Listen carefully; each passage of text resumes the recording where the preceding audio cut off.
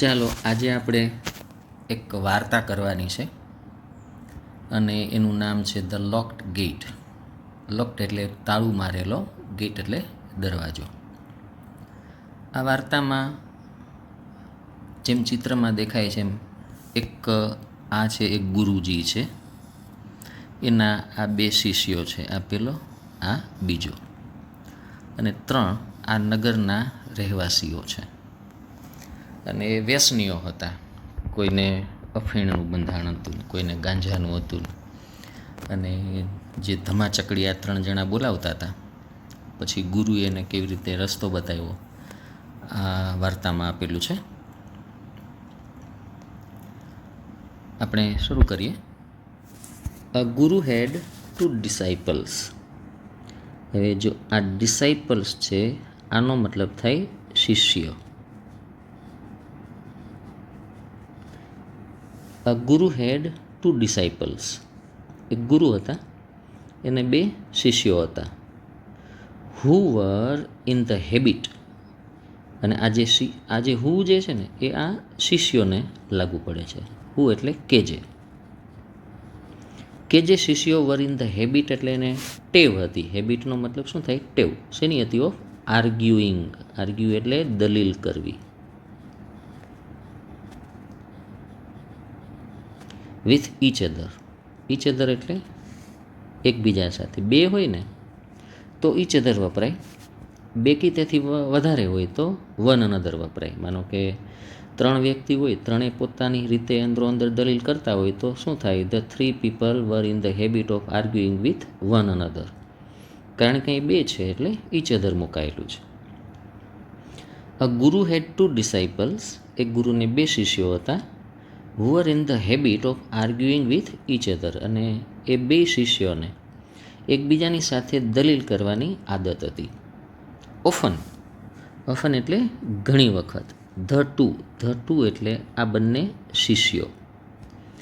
એ કંપનીડ. જો કંપની શબ્દ તમે સાંભળેલો હોય, આપણે કહીએ ને ફલાણી કંપની, હવે એનું ક્રિયાપદ કરવું હોય ને તો આગળ એસી લગાડી દેવાનું. એસી લગાડો એટલે ની સાથે જવું, એવું એનું ગુજરાતી થાય. હું અહીંયા લેફ્ટ હેન્ડ સાઈડમાં લખું છું, ની સાથે જવું. ઓફન એટલે ઘણી વખત. ધ 2 એટલે આ બંને શિષ્યો એકમ્પનીડ ધ ગુરુની સાથે જતા. When he went out. આ હી એટલે ગુરુ. હી વેન્ટ આઉટ એટલે બહાર જતા ઓન અ પિલગ્રીમેજ. પિલગ્રીમેજનો મતલબ થાય યાત્રા. ગુરુ યાત્રાએ જતા ત્યારે આ બંને શિષ્યો એની સાથે જતા. ઓર વેન્ટ એટલે ગુરુ જતા to visit his other disciples. ગુરુને બીજા શિષ્યો પણ હતા. હવે આ ગુરુ કોઈ યાત્રા ઉપર જતા હોય અથવા તો એના કોઈ બીજા શિષ્યો હોય, એની મુલાકાતે જતા ત્યારે એના બંને શિષ્યો એ આ ગુરુની સાથે સાથે જતા, એને કંપની આપતા. While he walked in silence. આ હીનો મતલબ થાય ગુરુ. આ વાઇલ આ પણના અર્થમાં આવેલું છે. While he walked in silence. ગુરુ એ પોતે શાંતિથી ચાલતા જતા. જ્યારે ધ ડિસાઇપલ્સ વેન્ટોન એટલે ગો ઓનનું ભૂતકાળનું રૂપ છે. ગો ઓન એટલે ચાલુ રાખવું. એક્સચેન્જિંગ ધ વર્ડ્સ એટલે શબ્દોની આપલે કરતા. કેવી રીતે? હિટેડલી એટલે ગુસ્સાથી. હિટેડલીનો મતલબ હું અહીંયા રાઇટ હેન્ડ સાઈડ લખું છું, ગુસ્સાથી. ગુરુ છે ને એ શાંતિથી ચાલતા જતા હોય અને એની પાછળ એના બંને શિષ્યો જતા, અને બંને શિષ્યો એકબીજાની સાથે ગુસ્સાથી દલીલો કરતાં ચાલતા જતા.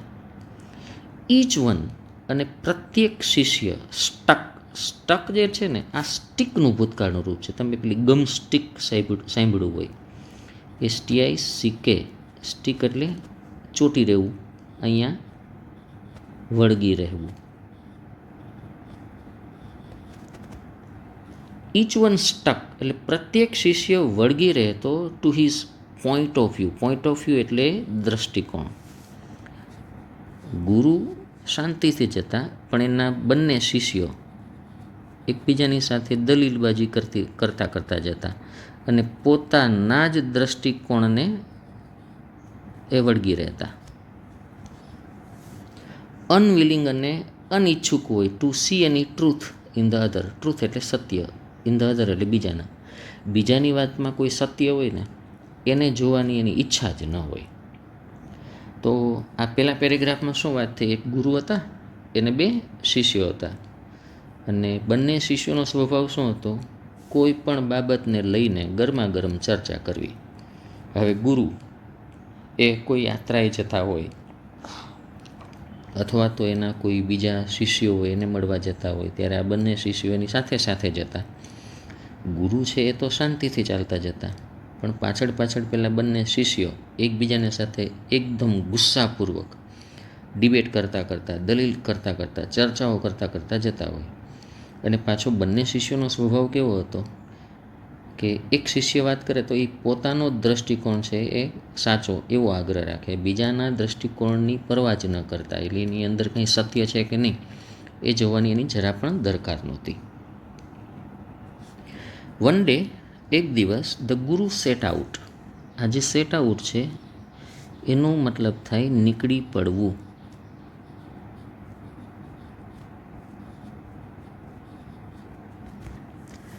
એક દિવસ ગુરુ નીકળી પડ્યા ફોર ધ કેપિટલ. કેપિટલ એટલે રાજધાની. આપણે કહીએ ને ગુજરાતનું કેપિટલ કોણ? તો Gandhinagar.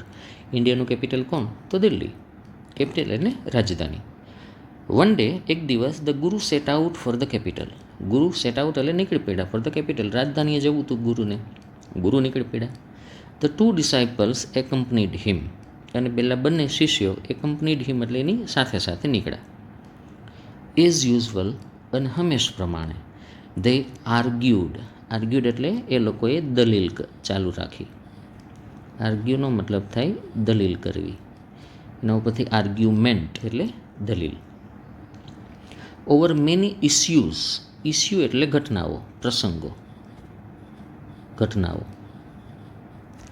Most of them which were many issues, most of which were useless. Most of which એટલે એમાંની મોટા ભાગની ઘટનાઓ જે હતી એ યુઝલેસ એટલે બિનઉપયોગી હતી. આ બિનઉપયોગી બાબતોને લઈને પહેલાં બંને શિષ્યો છે એ દલીલ કરતા રહેતા હતા. એક દિવસ ગુરુ નીકળી પડ્યા, એને જવું હતું રાજધાનીએ. 2 શિષ્યો હંમેશ પ્રમાણે એની સાથે સાથે ચાલતા થયા, અને હંમેશ પ્રમાણે કેટલી બધી ઘટનાઓને લઈને કે જે ઘટનાઓ બિલકુલ યુઝલેસ હતી એના ઉપર દલીલો ચાલુ રાખી હતી. અ હેવી શાવર. શાવરનો મતલબ શું થાય? વરસાદ. હવે અહીંયા શું થયું? અ હેવી શાવર એટલે જોરદાર વરસાદનું ઝાપટું આવ્યું. એણે ડિટેઇન્ડ, આપણે નથી કહેતા મારી ગાડી ડિટેઇન થઈ ગઈ, પલાણી ગાડીને પોલીસે ડિટેઇન કરી. ડિટેઇન મતલબ રોકી રાખવું, લઈ લેવું. અ હેવી શાવર ડિટેઇન્ડ ધેમ. હવે આ 3 જણા નીકળ્યા હતા, ગુરુ અને 2 શિષ્યો. ત્રણેયને રોકી રાખ્યા. મિડવે, અધવચ્ચે જ, રસ્તાની વચ્ચે એટલે રેસ્ટ હાઉસ. રેસ્ટ હાઉસ હતું ત્યાં, આરામગૃહ. ત્યાં 3 જણા રોકાઈ ગયા. હવે ગુરુ અને 2 શિષ્યો નીકળ્યા, રાજધાની જતા હતા, પણ રસ્તામાં જોરદાર વરસાદ આવ્યો. એના હિસાબે આ 3 જણા એ અધવચ્ચે રોકાઈ ગયા અને રેસ્ટ હાઉસમાં એણે આશરો લીધો. They resumed their journey. Resumeનો મતલબ થાય ફરીથી શરૂ કરવું.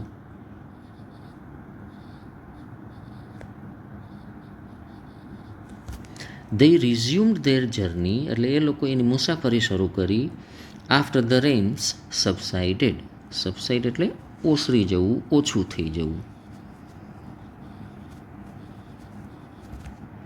વરસાદ ઓછો થઈ ગયો પછી ગુરુ અને એના જે 2 શિષ્યો હતા આ ત્રણેય પોતાની મુસાફરી શરૂ કરી.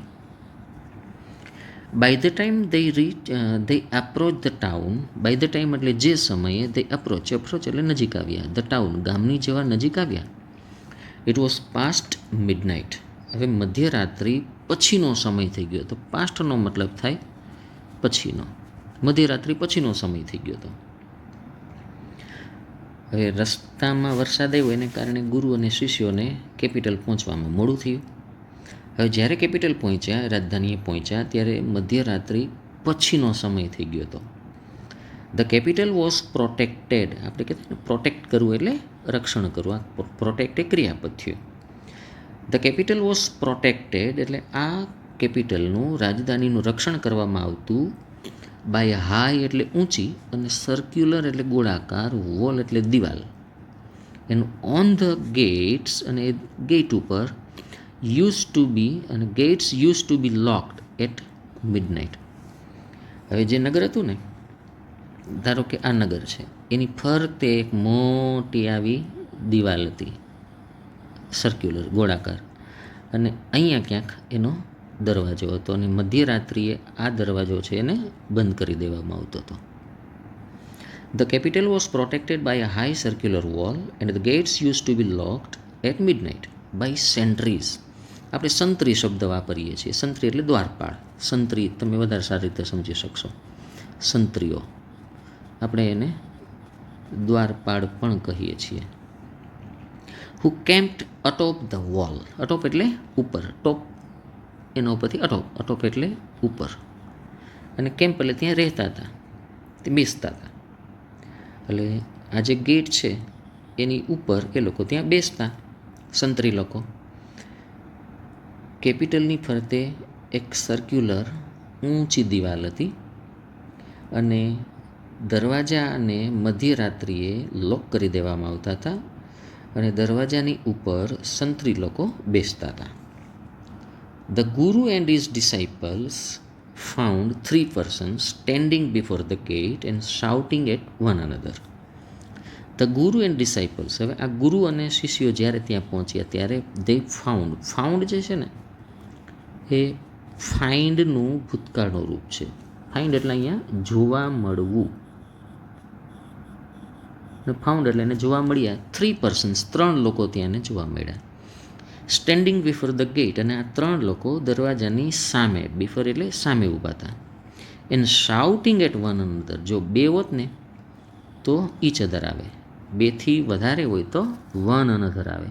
ગુજરાતી શું થાય? એકબીજા સાથે. ગુરુ અને એના શિષ્યો જેવા ગેટ પાસે પહોંચ્યા ત્યારે એણે જોયું કે ગેટની સામે બીજા 3 લોકો હતા, અને 3 લોકો એકબીજાની સાથે રાડી કરી રહ્યા હતા. એટલે હવે ગેટની સામે ટોટલ 6 વ્યક્તિ છે. 3 આજે રાડી કરતા હતા એ, બીજા 3માં એક ગુરુ અને એના 2 શિષ્યો. They were about to come to blows. Blow એટલે એકબીજાને લાફા મારવા તે. They were about to come. To be about to come એટલે હમણાં ઘટના બનવાની જ હતી. શું ઘટના બનવાની હતી? અત્યારે તો રાડી ચાલી રહી છે, હવે બથમ બથા બાંધે ને એ ઘટના ચાલુ થવાની હતી. બથમ બથા બાંધે તે શરૂ થવાનું હતું. અત્યાર સુધી તો નોર્મલી એ રાડી કરીને વાતો કરતા હતા એકબીજાની હારે, પણ હવે આ રાડી વધી ગઈ હતી, અને એકબીજાની હારે હવે બથમ બથા કરે ને એની તૈયારી થઈ ગઈ હતી. In the midnight, in the moonlight. Moonlight એટલે ચંદ્રના પ્રકાશમાં. ધ સેન્ટ્રીઝ, પેલા જે સંત્રી લોકો હતા, સીટેડ અટોપ, કે જે ઉપર બેઠેલા હતા. સીટ એટલે બેઠેલા. ધ વોલ, દિવાલ ઉપર જે બેઠેલા હતા ઉપર ગેટની ઉપર, were enjoying the quarrel. Their quarrel એટલે એ લોકોના ઝઘડાને એન્જોય કરતા હતા. હવે આ 3 જણા છે નીચે બટાજેટી બોલાવી રહ્યા છે. દરવાજાની ઉપર પેલો જે દરવાજો હતો, નગરની ફરતે વોલ હતી, એમાં એક દરવાજો હતો કે જ્યાં થઈને નગરમાં જવાતું હતું. એ દરવાજાની ઉપર સંત્રી લોકો આ નીચે 3 જણા જે બાંધતા હતા એ બાંધવાના આ પેલા લોકો એવી રીતે કંઈક બાંધતા હતા કે પેલા લોકોને મજા આવતી હતી, અને વગર પૈસાનું નાટક જોતા હતા. ધ ગુરુ ઓબ્ઝર્વ 3 men. ગુરુએ 3 વ્યક્તિઓનું ઓબ્ઝર્વ એટલે અવલોકન કર્યું. ઓબ્ઝર્વ કરવું એટલે અવલોકન કરવું, અવલોકન કર્યું. અને લિસન ટુ એટલે એને સાંભળ્યા ધેર એંગ્રી એક્સચેન્જીસ. એંગ્રી એટલે ગુસ્સાથી થતી, એક્સચેન્જીસ એટલે અરસપરસના શબ્દો. મતલબ અહીંયા તમારે સમજવાનું ગાળો. એંગ્રી એક્સચેન્જીસનો મતલબ થાય ગાળો. હવે ગુરુએ ત્રણેય માણસોને પહેલાં તો જોયા, સાંભળ્યા, એની ગાળોને સાંભળી. હી સૂન અન્ડરસ્ટુડ. ગુરુ તરત જ સમજી ગયા. The cause. કોઝનો મતલબ થાય કારણ. ગુરુ તરત જ કારણ સમજી ગયા ઓફ ધ ડિસ્પ્યુટ. એમની વચ્ચે એક ડિસ્પ્યુટ ચાલી રહ્યો હતો. ડિસ્પ્યુટ એટલે દલીલબાજી થઈ રહી હતી. હવે એની દલીલોનું કારણ ગુરુ તરત જ સમજી ગયા. ગુરુ શું સમજ્યા? The three were the residents of the town. Resident એટલે રહેવાસીઓ.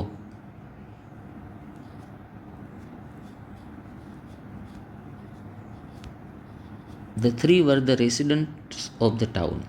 ગુરુ શું સમજ્યા કે આ ત્રણ છે ને, આ ગામના રહેવાસીઓ છે, પણ હેડ બીન locked out.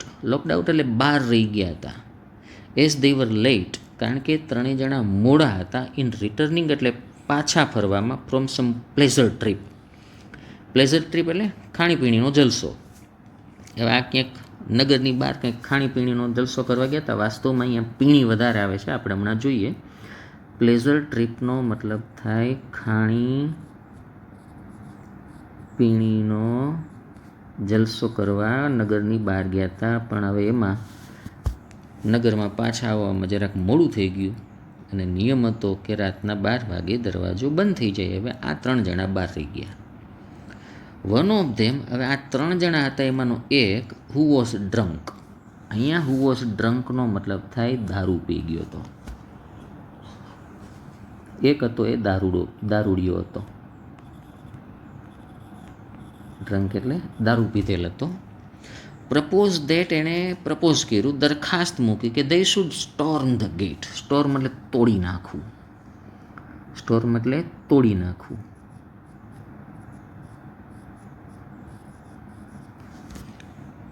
And march into the town. March into એટલે કૂચ કરતું જવું ગામમાં. ઓવર ધ સ્મેશ્ડ એટલે તૂટેલ ફાટેલ. સ્મેશ્ડ એટલે તૂટેલ ફાટેલ.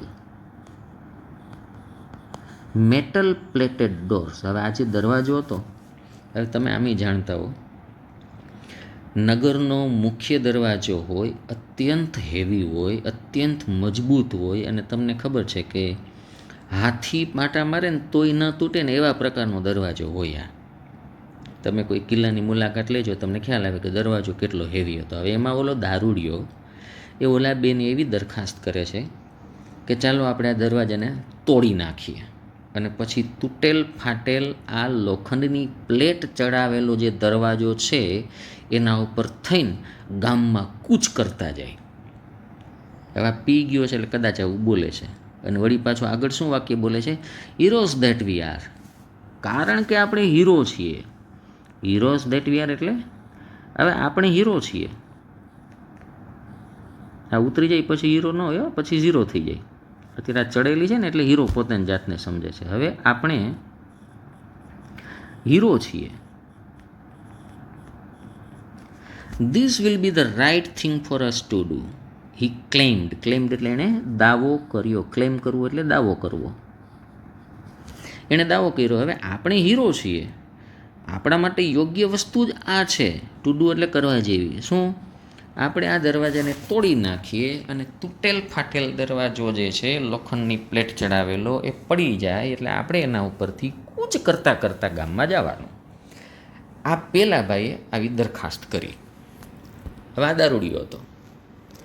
હવે બીજો જે છે એ અફીણીયો હતો. એ વળી કંઈક જુદું સૂચવે છે. ધ સેકન્ડ મેન, બીજો માણસ, વોઝ અંડર ધ ઇન્ફ્લુઅન્સ. આમ તો ઇન્ફ્લુઅન્સ એટલે અસર થાય, પણ અહીંયા તમારે સમજવાનું નશો. ઓફ ઓપિયમ. ઓપિયમ એટલે ગુજરાતીમાં આપેલું છે અફીણ. હવે બીજો જે વ્યક્તિ હતો એ અફીણના નશામાં હતો. સેડ ધેટ, એણે કહ્યું કે they should jump over the wall. તમે સમજી ગયા. વોલ એટલે જે દિવાલ છે એને આપણે કૂદીને જતા રહીએ. આવા અફીણીઓ છે એટલે આનો પ્લાન આવો છે. પેલો કે આપણે દરવાજો તોડી નાખીએ બીજો કે આ ઊંચી દિવાલ છે એને આપણે જમ્પ કરીને પેલી બાજુ જતા રહીએ. That is going to be as exciting as flying. અને ભાઈ વળી પાછું એવું કહે છે કે આ કેટલું એક્સાઇટિંગ એટલે રોમાંચિત કરી દેનારું હશે. એક્સાઇટેડ થવું એટલે રોમાંચિત થવું. કેટલું રોમાંચિત હશે એઝ ફ્લાઇંગ એટલે જાણે કે આપણે ફ્લાય એટલે ઉડતા હોઈએ ને એવું લાગશે. હી એસર્ટેડ એટલે એણે ભાર મૂક્યો. એણે કઈ બાબત ઉપર ભાર મૂક્યો કે આપણે આ દિવાલને કૂદકો મારીને પેલી સાઈડ જતા રહીએ અને એમાં મજા આવશે કે રોમાંચ થાય, આપણે ઉડતા હોય એવું લાગે. હવે આ ત્રીજો હજી એક રહી ગયો હતો નંગ. ધ થર્ડ વન, ત્રીજો વ્યક્તિ, who was under the influence. આગળ આવી ગયું ઇન્ફ્લુઅન્સ એટલે આમ તો અસર, પણ અહીંયા શું સમજવાનું? નશો. ઓફ ગાંજા. હવે આ તો એક ગાંજાડિયો હતો, પેલો દારૂડિયો, બીજો કેવો આવ્યો? અફીણિયો, અને ત્રીજો આવ્યો ગાંજાડિયો. ઇન્સિસ્ટેડ ઓન, ઇન્સિસ્ટ એટલે આગ્રહ રાખ્યો. ઓન ક્રીપિંગ, જોજો ક્રીપ એટલે સરકીને જવું. ક્યાંથી? Through the keyhole. સમજી ગયા ને? દરવાજામાં આરપાર એક નીકળે એવી ચાવીનું કાણું હોય એને કી હોલ કહેવાય. ઓલો કે આપણે એમાંથી સરકી જાય. હવે તું ભાઈ ચાવી છો, એમાંથી સરકી જઈશ. That would be great fun. અરે આમાં તો બહુ મજા આવશે. હી ઇન્સિસ્ટેડ એટલે આ ભાઈએ આવો આગ્રહ રાખ્યો. હવે ત્રણેયની મૂળભૂત ડિસ્પ્યુટનું કારણ શું હતું? અંદર કેવી રીતે જવું નગરની અંદર. દારૂડિયાએ શું કીધું? દરવાજો તોડી નાખીએ અને અંદર કૂચ કરતા જાય. આ લોખંડની પ્લેટ ચડાવેલા દરવાજા બધા આપણે હીરો છીએ, આજ આપણને શૂટ થાય. અફીણીઓ શું કહે? આપણે કૂદી જાય. અને ગાંજાડીઓ શું કહે છે? તોડવોય નથી, કૂદવું નથી, આ જે ચાવીનું કાણું રહ્યું ને એમાંથી સરકી જાય અને આમાં ખૂબ મજા આવશે. ઓકે, તો આ સુધીનો પાર્ટ 1 છે. હવે આગલો હું પાર્ટ 2માં હમણાં તમને ભણાવું છું. તો આગલા પાર્ટમાં આપણે જોયું આપણા આ જે 3 હીરો છે, દારૂડિયો ને ગાંજાડીઓ ને અફીણીઓ, એ ત્રણેય દરવાજાઓ પેલા નગરમાં જવાના 3 પોતપોતાના જુદા જુદા રસ્તાઓ બતાવે છે. કે તોડી નાખીએ કે કૂદી જાય ને પછી આવડો ત્રીજો તો એનાથી એ વિશેષ નીકળો, આપણે કી હોલ છે એમાંથી અંદર સરકીને જતા રહીએ. હવે ગુરુ ઊભા આ બધું સાંભળતા હતા. As each disputed the wisdom એટલે ડહાપણ ઓફ ધ અધર ટુ. હવે આમાંનો પ્રત્યેક છે ને બીજા બેના ડહાપણની સામે વિરોધ નોંધાવતો હતો. ડિસ્પ્યુટ, વિરોધ નોંધાવવો.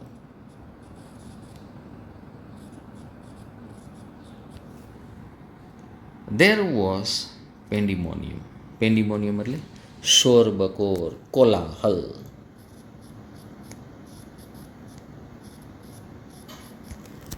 હવે 3માંથી એકઈ સમજે એમ નથી. વાસ્તવમાં તો 3 પોતે જે આઈડિયાઝ આપી રહ્યા છે they are useless. They cannot enter the gate, they cannot enter the capital in that way. પણ હવે થાય શું? એકબીજાની વાત તો માનવા તૈયાર નથી અને પાછો નશો ચડી ગયેલો છે. એટલે પેન્ડિમોનિયમ મતલબ કોલાહલ, શોર બકોર ચાલી રહ્યો છે અને ઉપરથી પેલા સંતરી લોકો આ નાટક જોઈ રહ્યા હતા અને મજા કરી રહ્યા હતા. ધ ગુરુ સાયલન્સ ધેમ. એટલે ગુરુએ શું કર્યું? આ ત્રણેયને પહેલાં સાયલન્સ એટલે શાંત કર્યા. હવે જો ગુરુ એને શું રસ્તો આપે છે? ગુરુ કે why don't each of you do what you would like to do. Why don't each of you do. તમારામાંનો પ્રત્યેક વ્યક્તિ શું કામ એવું નથી કરતો? What you would like to do. જે તમને કરવાની ઈચ્છા છે એ કરો ને. મતલબ મોર કેટેગોરિકલી, મતલબ વધારે કેટેગોરિકલી એટલે ક્લિયરલી, સ્પષ્ટતાથી. He ask the first man. પેલો દારૂડિયો હતો ને, પેલો ફર્સ્ટ મેન, એને કહે છે ટુ સ્મેશ ધ ડોર્સ. એને બોલાવ્યો, ચાલ તું આ દરવાજાને સ્મેશ એટલે તોડી નાખ. સ્મેશનો મતલબ થાય તોડી નાખવું. કે ભાઈ તું ચિંતા ન કર, તારે દરવાજો તોડવો છે, હાલ તોડી નાખ. સેકન્ડ મેનને એમ કહ્યું to jump over the wall. તારે ભાઈ કૂદવું છે, ચાલ તું કૂદી જા. એન્ડ ધ થર્ડ મેન, ત્રીજો હતો, એને પકડો અને એને કહે to pass through the keyhole. તારે ભાઈ આમાં કી હોલમાંથી પસાર થઈ જવું છે ને, ચાલ થઈ જા. મોર કેટેગરિકલી, he asked the first man to smash the doors, and the second man to jump over the wall, and the third man to pass through the keyhole. ત્રણ એને કે ભાઈ તમે અંદરો અંદર ના બાંધો, તમને જે મનમાં આવે નહીં કરો, એવો આગ્રહ ના રાખો કે પેલો કી બાકીના બે એ કરવાનો. હવે જો ઓલા લોકોની હાલત શું થઈ. they licked their lips. Leak એટલે આમ તો ચાટવું થાય, લિપ્સ એટલે હોઠ ચાટ્યા એમ નહીં. લીક ધેર લિપ્સ અને ઇડિયમ કહેવાય, મતલબ થાય મૂંઝાઈ ગયા. આપણે ઘણી વખત નથી જોતા, આપણે કોઈ 2-3 જણા બાંધતા હોય તો એકાદ જણાને આપણે જેમ જેમ પકડીએ એમ વધારે જોર કરે, પકડજે નહીં તો હમણાં મારું, પકડજે હમણાં મારું. એમાં આવડા પકડો, મને પકડો, ઓલો કે મારી વાત. ગુરુ કે ભાઈ તમને ઈચ્છા પડે એમ કરો. પહેલાંને કે ચાલ દરવાજો તોડ, બીજાને કે તું આને જમ્પ કરી લે, અને ત્રીજાને કે તું કીહોલમાંથી નીકળ, કર લે. હવે મૂંઝાઈ ગયા. બ્લિંક્ડ એટ ધ ગુરુ. બ્લિંક એટલે આંખ પટપટાવવી. બ્લિંકનો મતલબ થાય આંખ પટાવવી. ગુરુની સામે આમ આંખના પલકારા મારીને જોયા કર્યા. And did not know what to say or do. અને હવે ખબર નથી પડતી વોટ ટુ સે શું કહેવું, વોટ ટુ ડુ શું કરવું. ગુરુ હોશિયાર, એને રસ્તો બતાવ્યો, તો અસર શું આવી, 3 જણા મૂંઝાઈ ગયા. They lick their lips, blinked at the guru and did not know what to say or do. Meanwhile એટલે આ દરમિયાનમાં ધ ચીફ સેન્ટ્રી, જે પહેલાં જે 3 ઉપર સંત્રી હતા એમનો જે મુખ્ય સંત્રી, ચીફ એટલે મુખ્ય સંત્રી હતો, હેડ રેકગ્નાઇઝ ધ ગુરુ. એ આ ગુરુને ઓળખી ગયા, ભાઈ આ તો ફલાણા આશ્રમવાળા ગુરુ છે. એટલે હી ક્લાઇમ્બ ડાઉન. ક્લાઇમ્ડ અપ એટલે ઊંચે ચડવું, ક્લાઇમ્બ ડાઉન એનો મતલબ થાય નીચે ઉતરવું. He climb down and open the doors. એણે દરવાજા ખોલી નાખ્યા અને રિસીવ્ડ હિમ રિસ્પેક્ટફુલી, અને માન સન્માનપૂર્વક ગુરુને રિસીવ કર્યા એટલે એને આવકાર્યા, સન્માનથી એને આવકાર્યા. As the guru and his 2 disciples entered the gates. જેવા ગુરુ અને એના 2 શિષ્યો ગેટની અંદર દાખલ થયા, ધ અધર 3 ફોલોઉડ સ્યુટ. ફોલોઉડ સ્યુટ એટલે મૂંગા મોઢે પાછળ જતા રહેવું તે. મૂંગા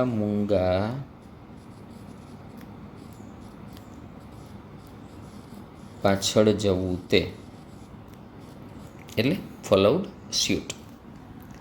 જેવા ગુરુ અને એના 2 શિષ્યો અંદર ગયા, એની પાછળ ઓલા 3 બહાદુર માણસો પણ એની પાછળ જતા રહ્યા. હવે આ ગુરુ શું કહે છે એ સાંભળો. Most of the arguments are like this. માણસોની મોટા ભાગની આર્ગ્યુમેન્ટ્સ હોય છે ને, દલીલો, એ આના જેવી જ હોય છે. કેવી? Unrelated two reality. રિયાલિટી એટલે વાસ્તવિકતા, અનરિલેટેડ એટલે ની સાથે નહીં જોડાયેલી, વાસ્તવિકતા સાથે નહીં જોડાયેલી જ હોય છે.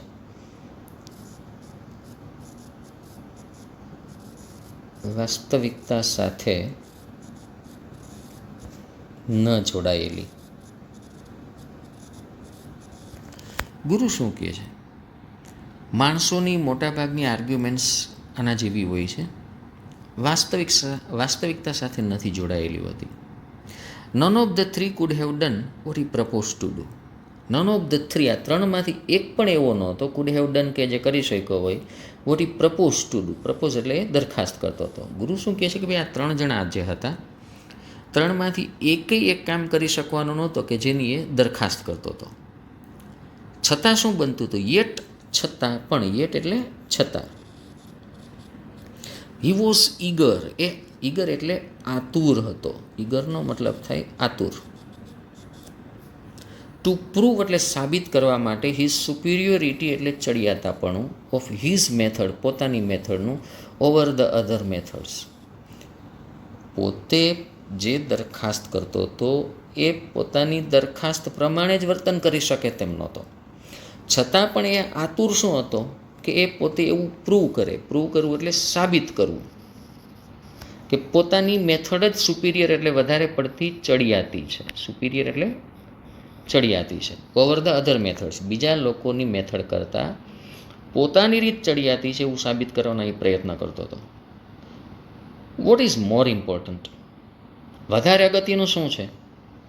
દેર વોઝ અ મેથડ, એક રીત હતી, ડિફરન્ટ ફ્રોમ ધેર્સ, પણ એ રીત એ ત્રણેયની પોતાની રીત કરતાં જુદી હતી. અ સિમ્પલ એન્ડ હેલ્ધી મેથડ, એક ખૂબ સિમ્પલ રીત હતી, અને હેલ્ધી એટલે તંદુરસ્ત રીત હતી. અને એ શું હતું? That was to give their identity to the sentries. અને એ રીતે હતી કે એ લોકોએ પોતાની આઈડેન્ટિટી એટલે તમે ખબર પડે ને, આઈડેન્ટિટી એટલે ઓળખાણ. આપણે નથી કહેતા આઈ કાર્ડ, મતલબ એ આઈડેન્ટિટી કાર્ડ, ઓળખાણ. હવે એક બહુ સરળ રીત હતી. અને સરળ રીત શું હતી કે એ ત્રણેય પેલા જે સંત્રી લોકો હતા દરવાજાની ઉપર, એને પોતાની ઓળખાણ આપવાની જરૂરિયાત હતી કે ભાઈ અમે નગરમાં આ જગ્યાએ રહીએ છીએ, અમે આ બિઝનેસ કરીએ છીએ, અમે આ લોકોને ઓળખીએ છીએ, એ લોકો અમને ઓળખે છે. એવા 5 જણાના નામ એ લોકો આપી શક્યા હતું. એન્ડ રિક્વેસ્ટ દે, મને એને વિનંતી કરવાની હતી ટુ ઓપન ધ ગેટ્સ, કે ભાઈ દરવાજો ખોલી દે. આ રીત હતી એની. રીત શું હતી? That was to give their identity to the sentries and request them to open the gates. પણ એ લોકોએ શું કર્યું? They would rather cling. ક્લિંગનો મતલબ થાય વળગી રહેવું.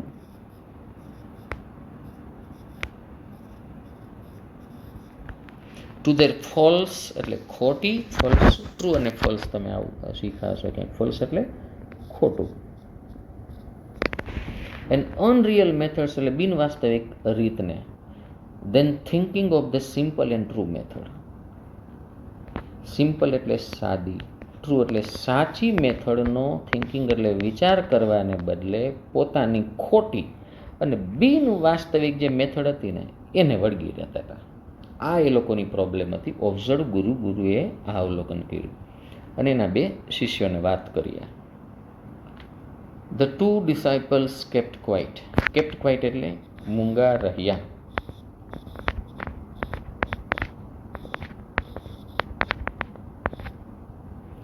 દે અન્ડરસ્ટુડ, એ લોકો સમજી ગયા, વોટ ધ ગુરુ હેડ ઇન માઇન્ડ, ગુરુના મનમાં શું હતું એને સમજાઈ ગયું.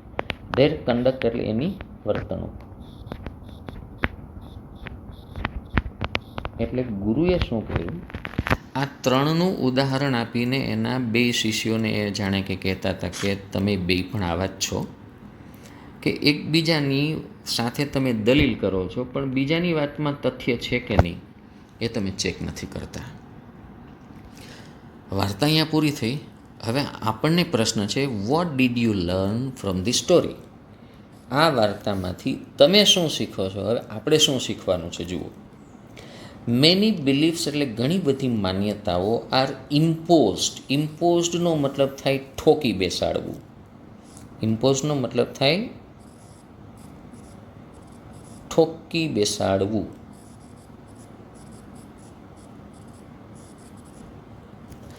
ઘણી બધી માન્યતા એવી હોય છે કે જેને ઠોકી બેસાડવામાં આવે છે ઓન અધર્સ એટલે બીજા લોકો ઉપર, in the name of religion, ધર્મના નામે, વિચ આર ઇનસિગ્નિફિકન્ટ.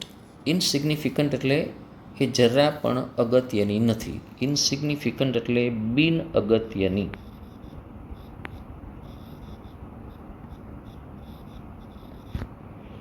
ઘણી બધી બિન અગત્યની બાબતો હોય છે કે જે બિન અગત્યની બાબતો, આ માન્યતાઓ આપણે ધર્મના નામે બીજા લોકો ઉપર ઠોકી બેસાડીએ છીએ. પછી એમાંથી શું ઉત્પન્ન થાય છે? કોન્ટ્રોવર્સીસ. કોન્ટ્રોવર્સીસનો મતલબ શું થાય છે? હવે એમાંથી વિરોધાભાસ ઉત્પન્ન થાય છે. હવે હું આ જે છે ને કોન્ટ્રોવર્સીસનું મિનિંગ સૌથી નીચે લખું છું, વિરોધાભાસ.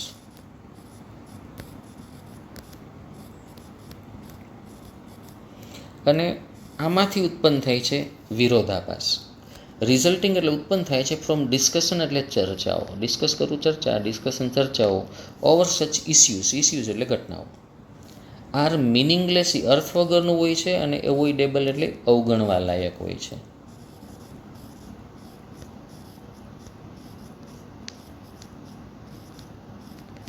લેખક આપણને શું કહેવા માગે છે? કેટલી બધી એવી માન્યતાઓ હોય છે કે જે ધર્મના નામે આપણે લોકોના દિમાગમાં ઠોકી બેસાડીએ છીએ, પણ આ માન્યતાઓ બિન અગત્યની હોય છે. પછી આવી જે માન્યતાઓ છે કે જેને આપણે બીજાના દિમાગ ઉપર ઠોકી બેસાડીએ છીએ, એમાંથી જે વિરોધાભાસ ઉત્પન્ન થાય છે એની ચર્ચાઓમાંથી, આ વિરોધાભાસ મિનિંગલેસ હોય છે અને અવગણવા લાયક હોય છે. પણ ઓફન ઇગ્નોરન્સ એટલે અજ્ઞાનતા, અને ઈગો એટલે આપણો અહમ. ઇગ્નોરન્સનો મતલબ થાય, ઇગ્નોરન્સ એટલે અજ્ઞાનતા, અને ઈગો તો તમે જાણો છો, ઈગોનો મતલબ શું થાય? અહમ. Are the major barriers. Barriers એટલે મુશ્કેલીઓ છે, બ્લોક્સ. બેરિયર એટલે મુશ્કેલીઓ. ઇન સોલ્વિંગ કોમ્પ્લેક્સ એટલે જટિલ સિચ્યુએશન્સ એટલે પરિસ્થિતિ. હવે પરિસ્થિતિ જટિલ હોય છે અને એને સોલ્વ કરવા માટે આપણી બે બાબતો આડે આવે. એક આપણી અજ્ઞાનતા અને બીજો આપણો ઈગો. લેખક કહેવા શું માગે છે? આપણામાં હોય અજ્ઞાનતા અથવા તો બિન આવડત હોય છે કોઈ જટિલ સમસ્યાને સોલ્વ કરવા માટેની, પણ આપણને શું થાય? મને જ આવડશે. આપણામાં એવો ઈગો હોય છે અને એને કારણે પેલી જે જટિલ સમસ્યા છે એ સોલ્વ નથી થતી, પણ પરિણામ શું આવે છે? એ વધારે ને વધારે જટિલ બનતી જાય છે.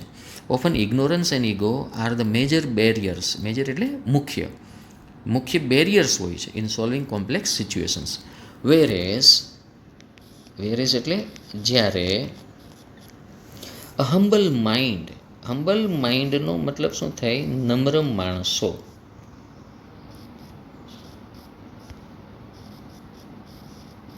નમ્ર માણસો એ શું કરે?